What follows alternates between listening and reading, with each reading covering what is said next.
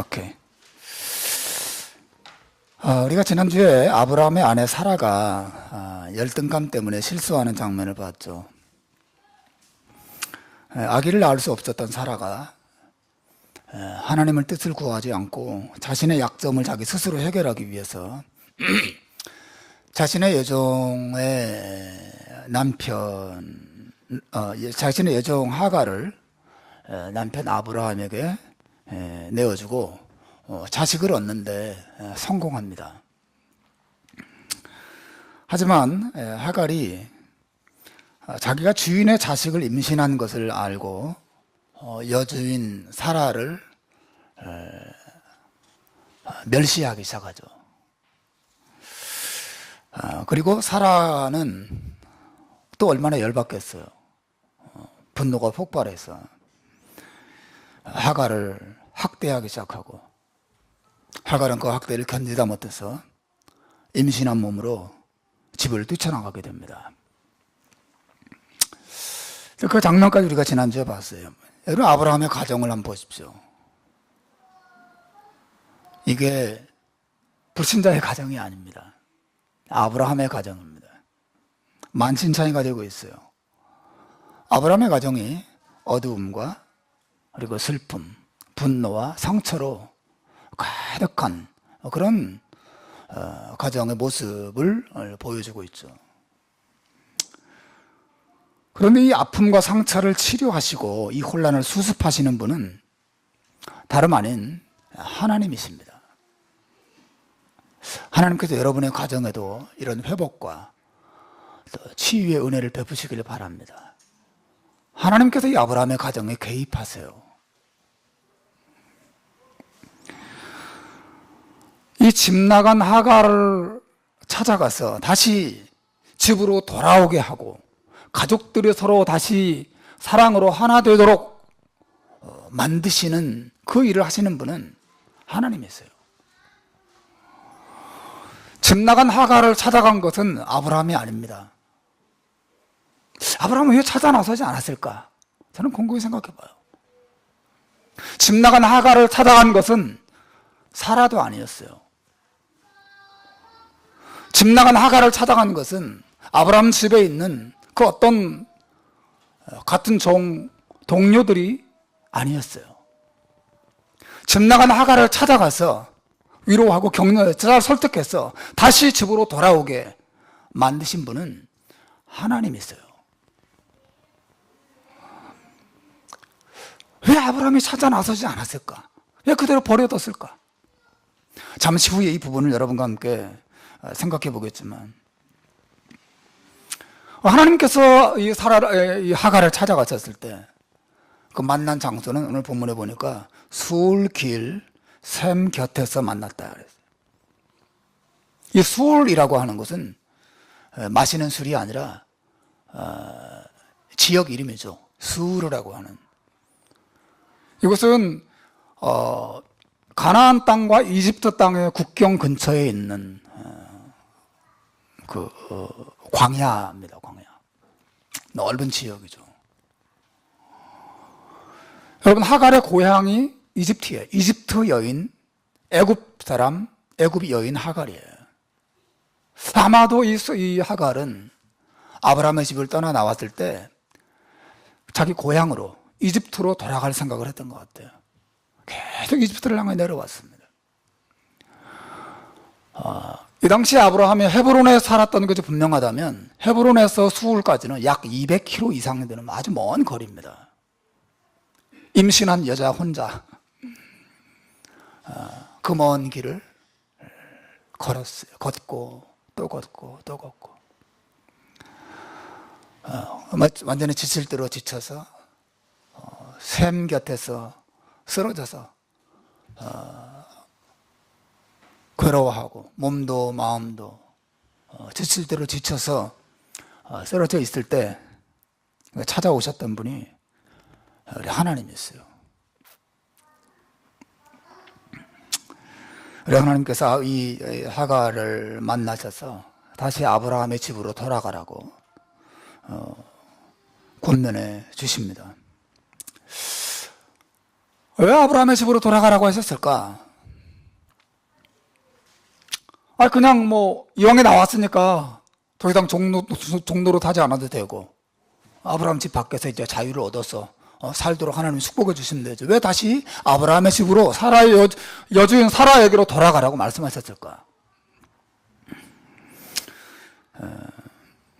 이것은 하나님께서 하갈과 그리고 장차 태어날 그 아기를 아브라함의 가문 아래서 보호받게 하시고, 궁극적으로 그의 하갈이 낳은 이 자식의 후손들이 하나님의 축복을 받게 하고자 하시는 하나님의 마음을 잘 보여주는 것이죠. 그뿐만 아니라 하나님께서 하갈에게 많은 말씀을 하세요. 우리가 읽은 것처럼 하갈이 낳게 될 그 자식의 후손을 크게 번성하게 하시겠다 약속하십니다. 여러분 아실지 모르겠지만 이삭 앞으로 이제 뒤에 가면 아브라함의 100세 때 이삭을 낳지 않습니까? 이삭을 통해서 야곱이 태어나고 야곱의 12지파가 이제 형성이 돼 이스라엘이라는 큰 민족을 이루게 되죠. 이스마엘도 12아들을 낳습니다. 12방백을 거느리는 큰 민족으로 성장하게 되죠. 하나님이 이 이스마엘의 그 후예들도 축복하시겠다고 약속하십니다. 그리고 그 당시에는 아직 아들을 낳지는 않았으니까 오늘 본문에 보시면 하나님께서 하갈에게 앞으로 네가 낳을 아기는 딸이 아니라 아들이라고 말씀해 주시고 그 아들의 이름도 하나님이 지어주세요. 이름을 이스마엘이라고 하라. 이스마엘이라고 하는 이 이름은 하나님이 들으셨다라고 하는 뜻을 가지고 있어요. 그러면서 여호와께서 내 고통을 들으셨습니다 말씀하십니다. 왜 이름을 이스마엘이라고 지으라고 했을까요?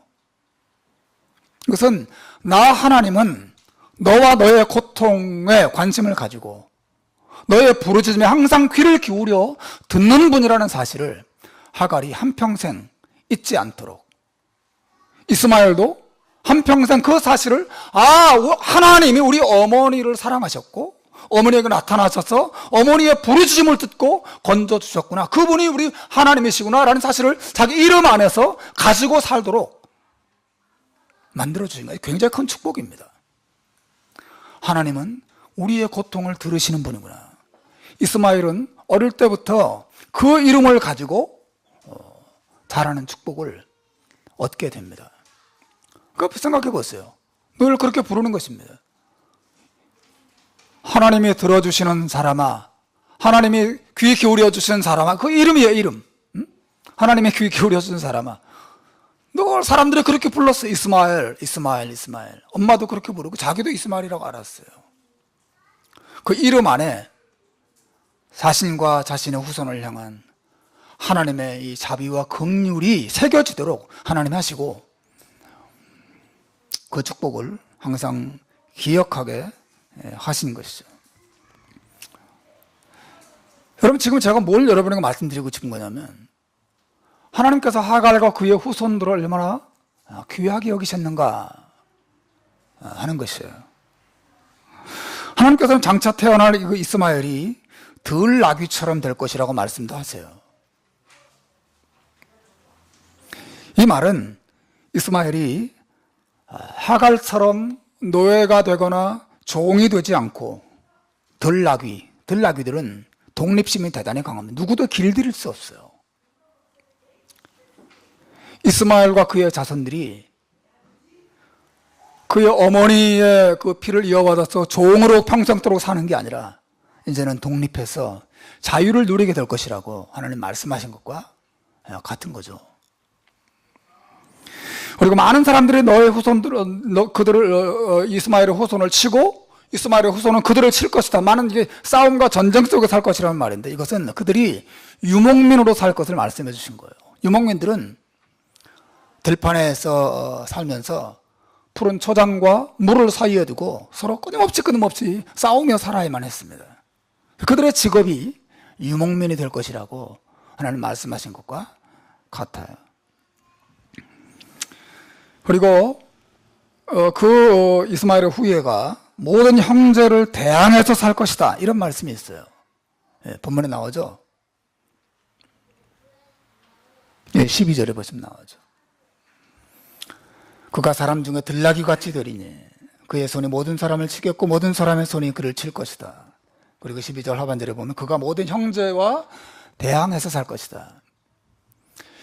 이건 어떻게 보면 그 이스마엘의 후예, 이슬람 사람들이거든요. 아랍 사람들입니다. 그들이 이스라엘 백성들과 끊임없이 원수로 살 것이라고 하는 의미처럼 들리지만, 이 대항하다라고 하는 이 말은 상당히 논란이 많은 표현입니다. 우리가 지금 그 개역 개정 새로운 성경 번역본을 가지고 있잖아요. 여기는 이제 대항해서 되어 있지만, 다른 바로 앞에 개정 뭡니까? 한국 개역 성경에 보시면 모든 형제의 동편에 혹은 모든 형제 앞에서 살 것이다. 여기 대항한다는 말은 앞에서 산다, 혹은 동쪽에 산다, 혹은 대항해서 산다, 이런 다양한 의미를 가진 단어예요. 근데 이번 번역에서는 대항해서 산다로 써서 번역을 한 거죠. 그러니까 이스라엘과 이삭의 후예와 이스마엘의 후예가 서로 원수가 되어 살 것이라는 의미도 포함되어 있지만, 사실은 이 본문의 전체적인 그 문맥의 흐름을 보면, 그래서 너희들은 하나님의 백성들의 원수가 될 것이라고 하는 저주의 의미로 말씀하신 것으로 보이지는 않습니다. 이 본문의 전체적인 내용은 하나님께서 하갈과 그의 후예들을 축복하시는 내용으로 이루어져 있어요.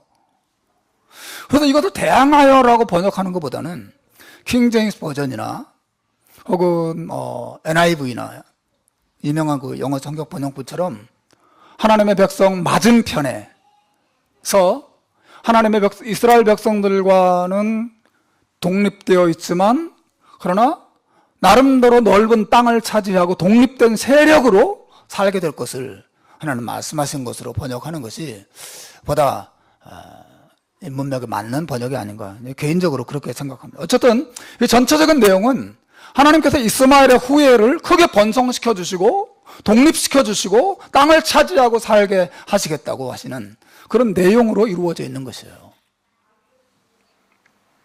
그리고 아브라함의 집안에서 이 이스마엘이 계속해서 성장하기를 하나님 바라셨어요. 이제 나가라. 이 아브라함의 집안과 관계를 끊어버리고 이제 너희들 독립해서 살아라, 이렇게 말씀하지 않으시고 하갈에게 다시 돌아가라. 그리고 내 주인 사라의 수하에 복종하라고 하나님 말씀해 주세요. 우리가 곧 보게 되겠지만, 나중에 하나님께서 하갈과 이스마엘이 자랐을 때 이삭도 태어나고 시간이 좀 지나고 나서 자랐을 때는 이 두 사람을 이제 독립시켜 주시는 장면이 나오기는 합니다. 그 부분에 제가 나중에 한 번 더 설교하겠습니다. 어쨌든 이 본문의 내용은 전체적으로 하갈과 그의 아들 이스마엘을 축복하시는, 그의 후손들을 축복하시는 내용으로 이루어져 있어요. 그리고 하갈은 하나님과 이런 만남과 하나님이 주시는 위로와 하나님이 주신 축복의 약속을 믿고 새 힘을 얻고 하나님의 그 가르침을 따라서 아브라함의 집으로 돌아가게 됩니다. 그리고 아브라함이 비록 둘째 부인의 자식이긴 하지만 무사히 첫 아들을 품에 안아보는 기쁨을 누리게 됩니다. 여러분, 가정의 이 아픔과 혼란은 어느 가정에나 있어요. 아브라함의 가정에 있는 것처럼 여러분의 가정에도 분명히 그런 일이 있을 것입니다. 아내의 어리석음 때문에 그런 아픔들이 생기기도 하고, 남편이나 자식의 어리석음과 그런 문제 때문에 가정에 이런 아픔과 혼란이 일어날 수도 있습니다. 하지만 그 모든 문제에 대한 해답은 하나님께 있다고 성경은 말하고 있어요. 이 아브라함의 가정이 다시 하나님을 믿는 믿음으로 하나님을 중심으로 하나 되고 있습니다. 하갈이 가정으로 돌아갔고, 하갈이 하나님을 의지하게 됐고, 오늘 뒤에 보시고 마지막 15절에 보면 아브라함이 하갈이 낳은 아들을 이름하여 이스마엘이라 했다. 그죠? 하갈이 집으로 돌아갔어요. 집으로 돌아가고 아브라함이 하갈이 낳은 아들의 이름을 이스마엘이라고 했다는 거예요. 이 말은 하갈이 그 집으로 돌아가서 광야에서 자기가 만난 하나님에 대한 이야기를 다 해줬다는 뜻이겠죠. 그리고 그것을 인정하고 이 하갈을 다시 부인으로 맞아들이고 이 아들을 하나님의 축복하신 아들로 여기면서 받아줬다는 사실을 의미하는 것이고, 또 사라도 과거에 그렇게 분노하고 학대하고 쫓아냈던 모든 감정들을 누그러뜨리고 다시 하나님의 뜻을 인정하면서 함께 살게 되었다는 사실을 보여주는 거죠. 아브라함의 가정이 회복되고 있습니다. 아브라함, 사라, 그리고 하갈과 그리고 태어난 아기 이스마엘까지 그들을 다시 연합하고 있어요. 하나님이 중심이 되고 계십니다. 저는 이것이 모든 가정의 아픔과 혼란을 해결하는 성경의 방식이라고 믿습니다. 하나님을 중심으로 하나 되는 것이죠. 하나님을 중심으로. 남편도 하나님을 바라보고, 아내도 하나님을 바라보고, 자식도 하나님을 바라보고, 부모도 하나님을 바라보고, 이 믿음으로 하나 되는 것. 이것이 가정을 해결하는 하나님의 방법이에요. 그렇지 않으면 찢어집니다. 깨집니다. 여러분의 가정이 정말 이 하갈의, 이 아브라함의 가정처럼 믿음으로 하나 되는 귀한 은혜가 정말 있기를 주의 이름으로 축원합니다. 자, 오늘 본문은 특별히 제가 오늘 본문에 강조하려고 하는 핵심은 아직 나오지는 않았어요. 살짝 나왔습니다. 오늘 본문의 전체적인 내용 안에서 제가 여러분과 다루려고 하는 것은 하나님께서 하갈을 어떻게 위로하시고 도우셨는지에 대한 거예요. 제가 왜 사실을 다루려고 하냐면 이 부분은 정말 놀라운 장면이라고 생각되기 때문에 그렇습니다. 오늘 본문은 하나님께서 아브라함을 축복하고 도우셨다고 말하고 있지 않습니다. 하나님께서 사라를 도우시고 축복하셨다고 말하지 않습니다. 사실 하나님께서 아브라함과 사라 이 두 사람을 사랑하시고 도우시는 것은 이해가 되죠. 하나님께서는 10년 전, 약 10년 전에 그 두 사람의 고향을 떠날 때부터 그들을 돕겠다고 약속하셨기 때문에 그렇습니다. 그들을 돕고 그들의 하나님이 되는 것은 이해가 됐어요. 그리고 하나님께서는 이 두 사람, 이 아브라함과 사라를 통해서 메시아이신 예수님을 세상에 보낼 계획을 가지고 계셨기 때문에 이 두 사람을 사랑하시고 도우시는 것은 정당하고 아름답고 이해가 되는 일이죠. 이 두 사람, 아브라함과 사라는 하나님의 눈에 대단히 중요한 인물이었어요. 그런데 오늘 본문은 하나님께서 그의 집 여종 하갈도 사랑하셨다고 말하고 있습니다. 그리고 그 하갈의 자손이 아브라함의 집에 계속 머물게 하시고 번성할 것을 약속하게 하시고 이름도 지어주고 계세요. 하나님이 들으시는 사람, 하나님은 너의 고통을 들으시는 분이라는 사실 이름에 새겨주고 계십니다. 여러분, 성경에 하나님이 태어나기 전에 이름을 미리 지어준 사람 딱 7사람 나옵니다. 그 첫 번째 사람이 이스마엘이에요. 놀랍지 않습니까? 두 번째 사람이 이삭이에요. 그리고 성경에 요시야라고 하는 왕도 하나님의 이름을 지어주시고 임마누엘이라고 하는 이름도 사실은 나옵니다. 세례 요한도 하나님의 이름을 지어주세요. 그리고 맨 마지막에 예수님의 이름을 하나님이 미리 지어주시죠. 그 여러 사람 가운데 한 사람이 바로 이스마엘이에요. 7사람 중에 한 사람이 이스마엘입니다. 하나님이 이름을 지어주셨어요. 하나님은 특별한 관심과 사랑을 표현하시는 것을 봅니다. 제가 왜 사실을 강조하냐면 많은 사람들이 이스마엘 그리고 하갈과 이스마엘 생각하면 이슬람 사람들을 생각해서 굉장히 부정적으로 생각하는 경향이 있어요. 여러분, 하나님이 이스마엘도 그리고 이 이슬람 사람도 사랑한다는 사실을 믿으시길 바랍니다. 하나님 그들을 사랑하세요. 하나님은 그들을 구원하고자 하십니다.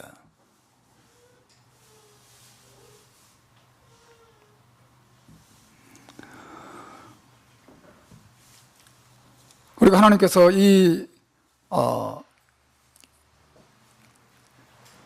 하갈의 아들 이스마엘과 그의 후손들이 들나귀와 같이 자유를 얻게 하고 넓은 땅을 차지하고 그리고 이스라엘과 대등한 그런 세력으로 성장할 것을 약속하셨어요. 그리고 이스라엘과 항상 곁에 살면서 하나님의 뜻은 뭐냐면 이 이스라엘을 통해서 주어지는 그 메시아를 그들도 만나고 복을 받게 하시기를 원하셨던 거죠. 이게 이슬람 사람들을 향한, 무슬림들을 향한 하나님의 마음이에요. 그들도 함께 복을 받도록 하는 것이죠. 더 넓게는 하나님은 온 세상 사람들이 예수 그리스도 안에서 은혜와 구원을 경험하기를 원하십니다. 이 하갈을 향한 하나님의 사랑과 하갈과 하갈의 후손을 향한 하나님의 이 마음의 표현들은 사실은 온 세상 죄인들을 향한 하나님의 사랑과 은혜의 마음을 잘 보여주는 것이에요.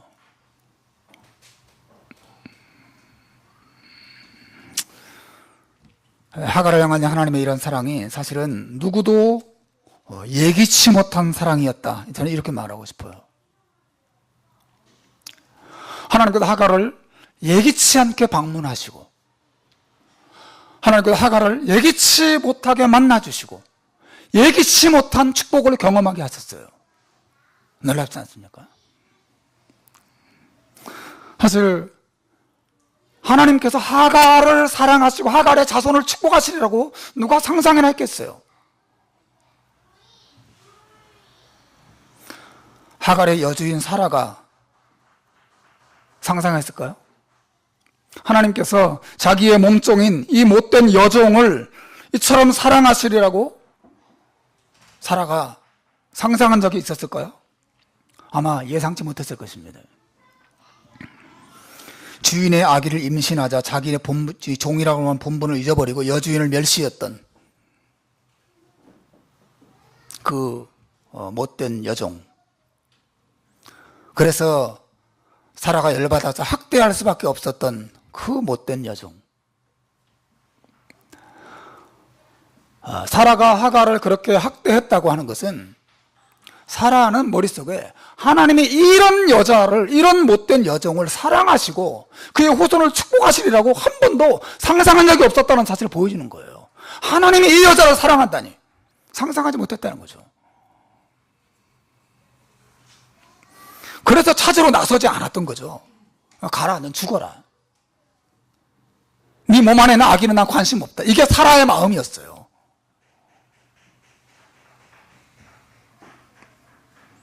아브라함은 그러면 하나님이 이 여종, 이 하갈을 사랑하시고 이 하갈이 가진 아기를 축복하시리라고 생각했을까요? 아브라함도 그렇게 하지 못했던 게 분명합니다. 만일 하나님께서 하갈을 얼마나 귀하게 여기시는지 사랑하시는지 알았더라면 아브라함도 자기 아내 사라가 하갈을 학대할 때 모른 체 하지 않았을 것입니다. 여러분, 학대하는 건 아무리 종이라도 학대하는 건 하나님의 뜻이 아니에요. 하나님 기뻐하지 않는 것입니다.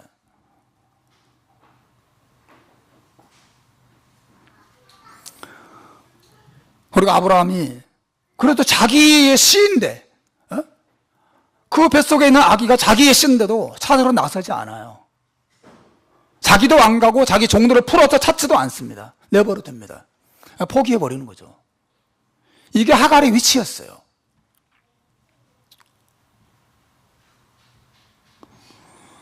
사실 아브라함의 집안에 그 누구도 하나님께서 사라의 여종 이집트 여자 하갈을 사랑하시고 찾아가서 만나주시고 그의 자손들에게 축복하실 것이라고 예상하지 못했을 것입니다. 아니, 더 정확히 말하면 하갈 자신도 이런 하나님의 사랑을 예상치 못했음이 분명합니다.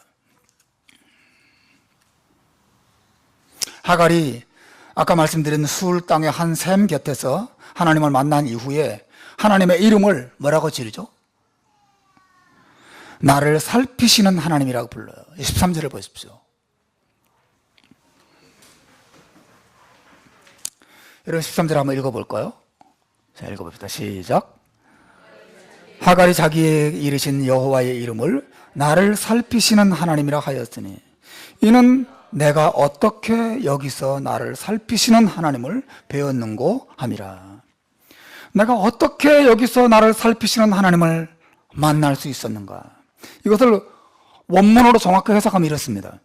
진실로 나 같은 여자도 나를 돌보시는 하나님을 만났도다 하는 것입니다.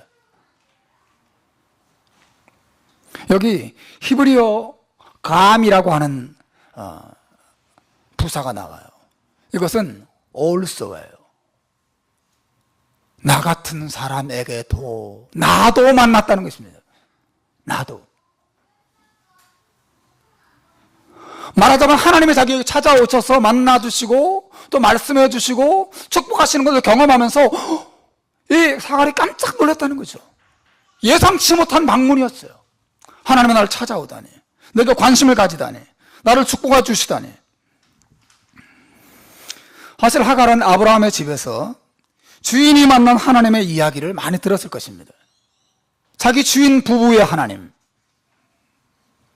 아브라함과 사라의 하나님, 주인을 축복하시는 하나님, 주인에게 물질적으로 축복을 주시고 주인에게 또 전쟁의 승리를 주시고 주인을 위대하게 하시고 주인에게 많은 약속과 축복을 주었던 하나님, 그 하나님에 대해서 많이 들어서 알고 있었을 거예요. 그러나 그 하나님은 자기와 아무 상관이 없는 그냥 주인의 하나님에 지나지 않았습니다.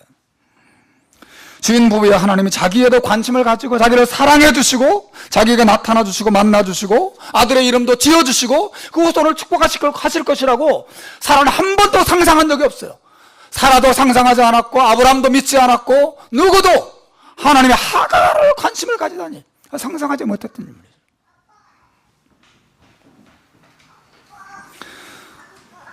여러분, 왜 하갈이 자신을 향한 하나님의 사랑과 관심을 예상할 수 없었을까요?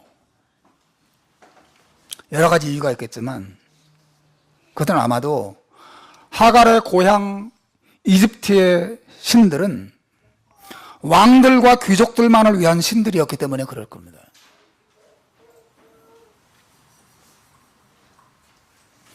이집트 모든 백성들 가운데 태양신의 아들은 하나밖에 없었어요.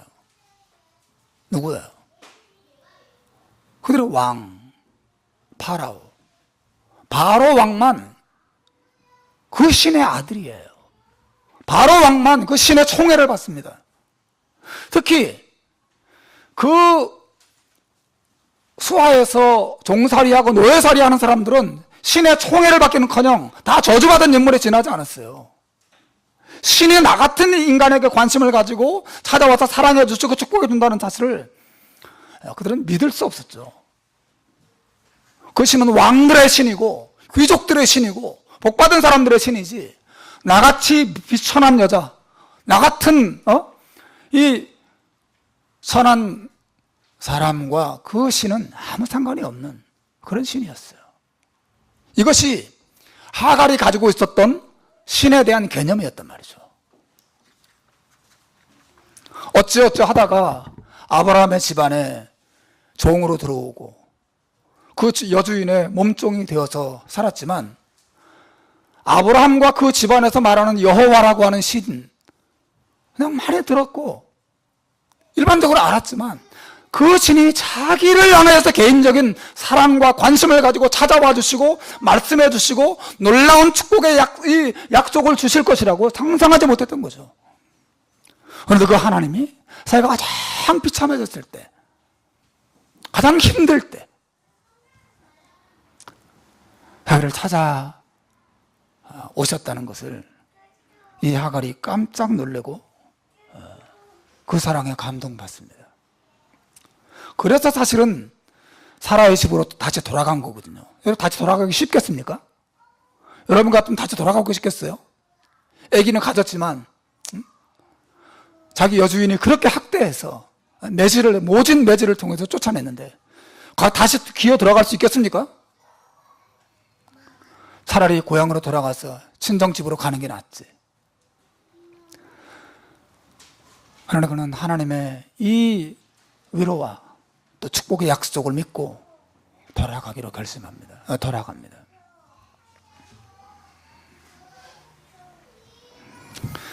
사랑하는 여러분, 성경이 말하는 그리스도인이란 어떤 사람인가?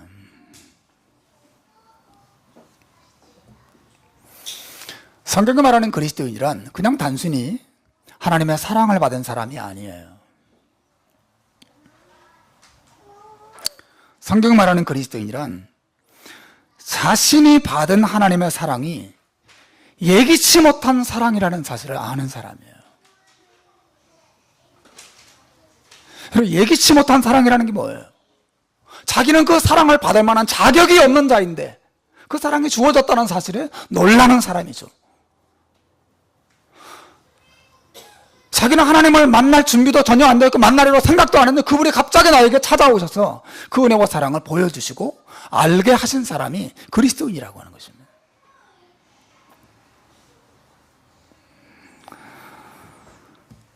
그래서 그 과정을 통해서 하나님의 사랑을 깨닫게 된 사람이 신자예요.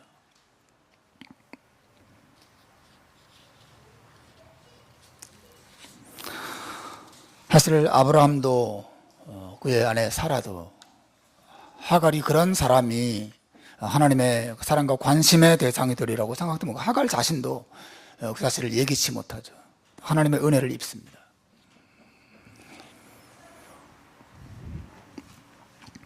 여러분, 하갈을 향한 이 하나님의 사랑의 소식은 성경의 하나님이 죄인을 사랑하시는 분임을 보여주는 굉장히 중요한 사건이에요.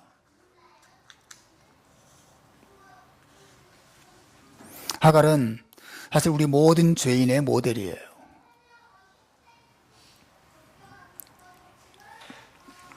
하나님께서 이스마엘이라고 하는 이름을 그의 아들에게 지어주신 이유는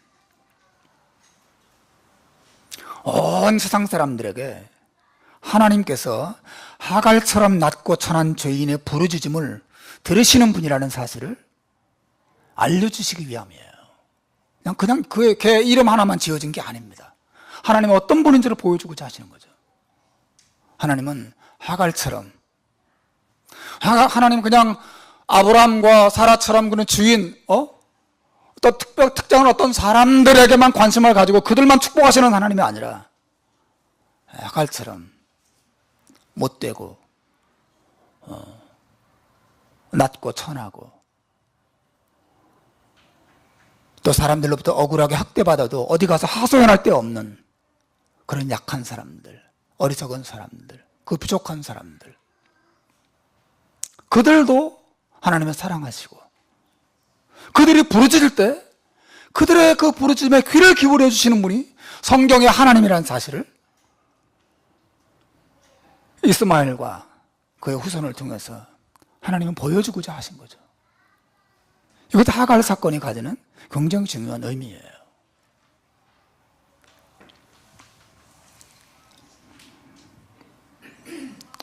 그래서 여러분, 이 하갈은 넓게 말하자면 아직 하나님을 모르는 모든 이방인의 모델이라고 할 수 있어요. 더 정확히 말하면 이 하갈은 우리예요, 우리. 하나님의 사랑을 받을 자격이 없는 사람들.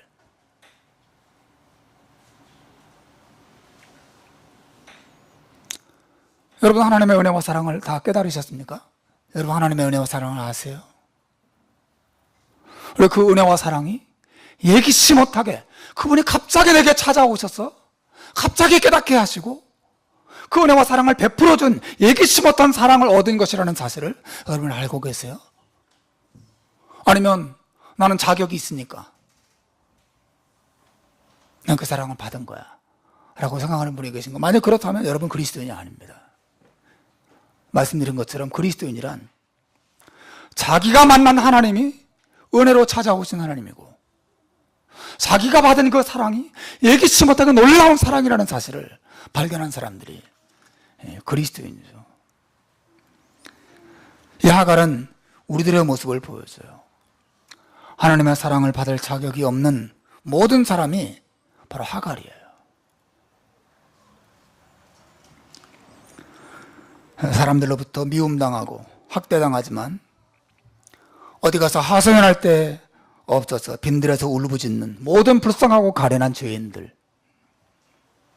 하나님이 그들의 부르짖음에 귀를 기울여 준다는 사실을 보여주는 것이 하갈과 이스마엘의 이름이 잘 보여주는 것입니다.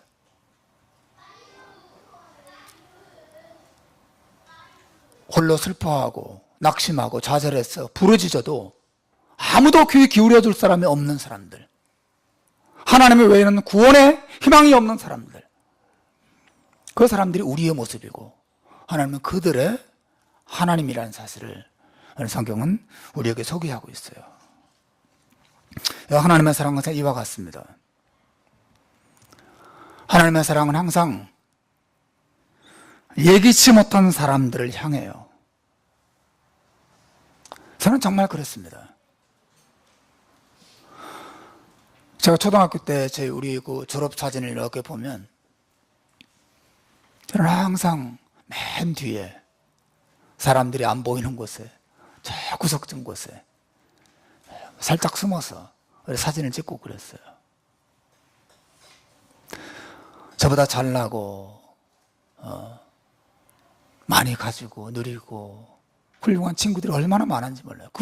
제가 볼 때 그 반에 있는 그 수많은 아이들 가운데 하나님께서 그 하나님의 영원한 사랑이 나를 향하여 있으리라고 누구도 예상하지 못했고 나도 사실 예상하지 못했습니다.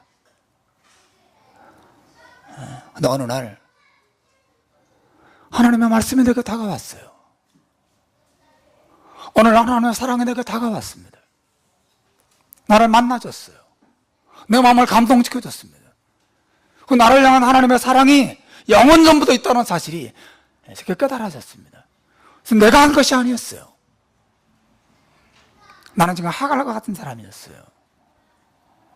아무도 관심을 가져주지 않는 사람, 집을 나가든 말든 그냥 버려둬도 상관없는 사람, 죽어도 아무도 관심을 기울이지 않는 그런 사람, 가장 약하고 비참하고 더럽고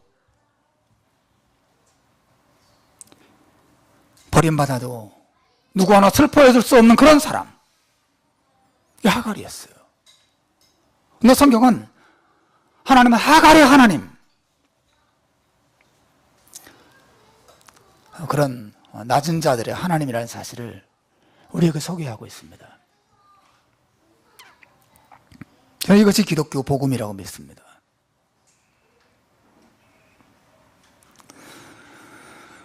성경에 등장하는 이 하나님의 사랑은, 성경에 등장하는 하나님의 사랑을 입은 모든 사람들은 한결같이 하나님의 이런 예기치 못한 사랑을 받은 사람들이에요.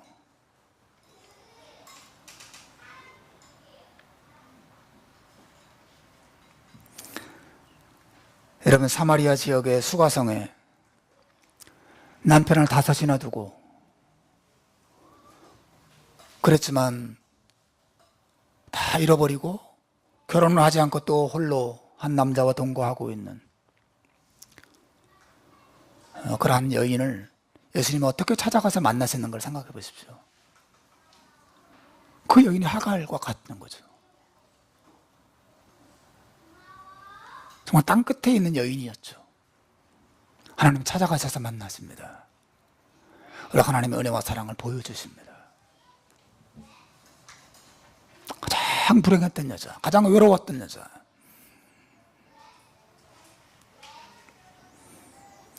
예수님과 가장 깊은 사랑의 관계를 맺었던 사람이 막달라 마리아인데, 여러분, 막달라 마리아 어떤 여자였습니까? 7 귀신이 들렸던 여자였어요. 7 귀신이 들렸던 여자. 귀신에 사로잡혀서 귀신의 지배 아래서 인생이 망신창이가 되었던 여인, 하나님이 그 여인을 찾아가셔서 만나주십니다. 치료해 주시고 구원의 은혜를 경험하게 하시죠.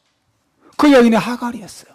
예기치 못한 방문을, 예기치 못한 하나님의 방문을 받은 여인, 예기치 못한 하나님의 사랑을 받은 여인이 이 막달라 마리아였어요. 여러분, 십자가에 못 박혀서 예수님과 함께 십자가에 못 박혀서 죽어가던 그 한편 강도를 생각해 보십시오. 정말 문자 그대로 땅끝에 있는 남자였죠. 한평생 강도로 살았어요. 버림받은 인생이었습니다. 죽음을 눈앞에 두고 있습니다. 아무도 그의 부르짖음에 귀를 기울이지 않습니다. 그러나 주님이 그 곁에 찾아오셨고 그를 긍휼히 여기시고 예수님의 은혜로 용서와 구원을 경험하게 되죠. 성경에 등장하는 수많은 인물들 너무너무 많아요. 지난주에는 그 요한복음에서 나면서 소경되었던 자를 제가 읽었어요. 태어나면서부터 소경되었어요. 그냥 길거리에 앉아서 늘 구걸하던 그 남자, 주님을 찾아가서 만나시고 고쳐주시죠. 나면서부터 안전뱅이가 되었던 그 성전 미문에 앉아서 성전에 들어가는 사람들에게 구걸했던 그 사람도 있어요. 베드로와 요한이 기도하러 올라가다가 그 사람을 만나고 예수 그리스도의 이름으로 그 사람을 이렇게 세워주시죠. 예기치 못한 방문과 예기치 못한 은혜와 사랑을 그 안전뱅이도 경험하게 됩니다. 여러분, 제가 뭘 말하는지 기억하시겠죠? 하나님의 은혜는 항상 예기치 못한 사람을 향합니다. 나는 잘났어요. 나는 사랑받을 만한 자격이 있어요. 하나님은 나를 축복하지 않으면 누구를 축복하지? 우리 가문을 보세요. 나 어릴 때부터 교회 생활했기 때문에 하나님이 이런 사랑과 복을 받을 자격이 있어요 라고 말하는 사람을 향하지 않습니다. 하나님의 은혜와 사랑은 항상 나는 자격이 없어요. 나는 버림당했어요. 그런 사람을 향하고 그렇게 마음이 낮아지고 마음이 무너졌을 때 하나님 그런 사람에게 자비를 베푸시고 그대로 구원의 은혜를 베풀어 주십니다. 제가 볼 때 그런 하나님의 예기치 못한 방문과 예기치 못한 사랑을 받은 대표적인 인물이 사도 바울이에요. 생각해 보십시오. 문자 그대로 예기치 못한 방문을 받지 않습니까? 그는 예수 믿는 사람을 다 잡아 죽이기 위해서 다메섹으로 가는 도중에 예기치 못하게 주님을 찾아오십니다. 그리고 놀라운 은혜와 사랑을 베풀어 주시고 그를 새롭게 변화시켜 주십니다. 디모데전서 1장 15절에서 그 놀라운 은혜와 사랑을 바울이 이렇게 고백해요. 그럼 읽어봅시다. 시작. 믿보다 모든 사람이 받을 만한 이 말이요 그리스도 예수께서 죄인을 구원하시려고 세상에 임하셨다 하였도다. 죄인 중에 내가 괴순이라. 바울이 말합니다. 그리스도 예수께서 죄인을 구원하려고 세상에 임하셨다라고 하는 소식은 모든 사람이 받을 만한 말이라는 것입니다. 왜? 모든 사람이 이 은혜와 사랑을 받을 자격이 없는데 하나님이 그런 죄인을 구원하기 위해서 오셨다는 거예요. 그러면서 하는 말이 내가 바로 그 죄인 중에 괴순이라. 나도 그 사랑을 받을 자격이 없었지만 그분이 나를 구원하기 위해 세상에 오셨다. 그렇게 고백하고 있어요. 여러분, 기독교는 자신의 공로를 가지고 하나님의 사랑을 얻어내는 종교가 아닙니다. 기독교는 아무 자격이 없는 죄인들에게 누구도 예상하지 못한 사랑을 안고 하나님이 찾아오셨다라고 하는 소식이 기독교예요.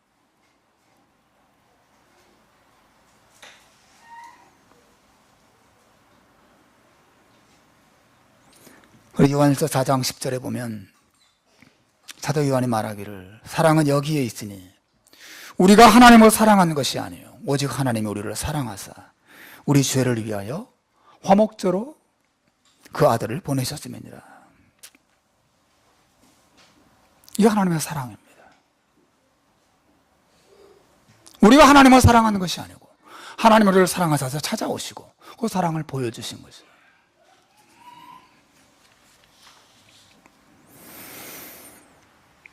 여러분, 그러므로 자기가 자격 없는 사람이라는 것을 깨닫는 것은 참 축복이에요.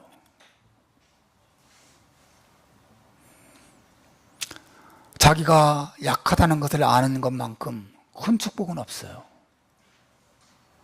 나는 부족하고 나는 누구도 하나님 외에는 아무도 도와줄 사람이 없다는 것을 삶 속에서 늘 깨닫고 사는 사람, 그래서 하나님 외에는 희망이 없는 사람, 하나님의 은혜만 바랄 수밖에 없는 그런 사람은 축복인 것입니다. 그건 불행이 아니에요. 난 하나님 없어도 얼마나 살 수 있어. 난 가진 것도 많고, 난 잘났고, 난 내 힘으로 얼마나 살 수 있어. 그런 환경에 사는 것은 재앙입니다. 하나님, 나는 하갈과 같아요. 나는 버림당했어요. 나는 학대당하고 있어요. 누구도 나에게 관심을 갖지 않아요. 또 나는 죄인이에요. 그 하나님 나를 사랑하실까? 내게 관심을 가지실까? 확신할 수 없는 그런 사람. 예수님 말씀하시기를 건강한 자에게는 의원이 필요 없고 병든 자에게라야 예수가 의사가 필요하다. 예수님 그런 말씀하셨죠. 사랑하는 여러분, 하나님께서 삶 속에서 여러분의 죄든 아니면 여러 힘겨운 어떤 환경을 통해서든 여러분을 낮추어 주시고 여러분도 겸손하게 하시고, 그래서 하나님의 은혜 외에는 의지할 것이 없음을 자꾸 깨닫게 하실 때 드디어 기뻐하고 즐거워하고 감사하시기를 바랍니다. 그리고 여러분의 삶과 환경이 하갈처럼 그렇게 비참할 때이라도 하나님은 그 환경 속에서 하나님의 이름을 부를 때 이스마엘 그 이름 그대로 연약하고 죄 많은 인생에 부르짖음의 귀를 기울이신 분이 우리 하나님이신 것을 생각하고 예수님의 이름과 우리 구원자 하나님의 이름을 부르는 여러분들 되시길 바랍니다. 누구든지 주의 이름을 그렇게 부르는 자는 구원을 받을 것입니다. 이 기독교의 놀라운 은혜의 복음을 생각하시고 그 믿음으로 한 주 하나님의 사랑을 경험하는, 하나님의 예기치 못하는 그 죄인과 자격 없는 자를 끝없이 방문해 주셔서 사랑과 은혜를 베푸시는 하나님의 축복을 경험하는 한 주가 되시기를 주의 이름으로 축원합니다. 기도하겠습니다.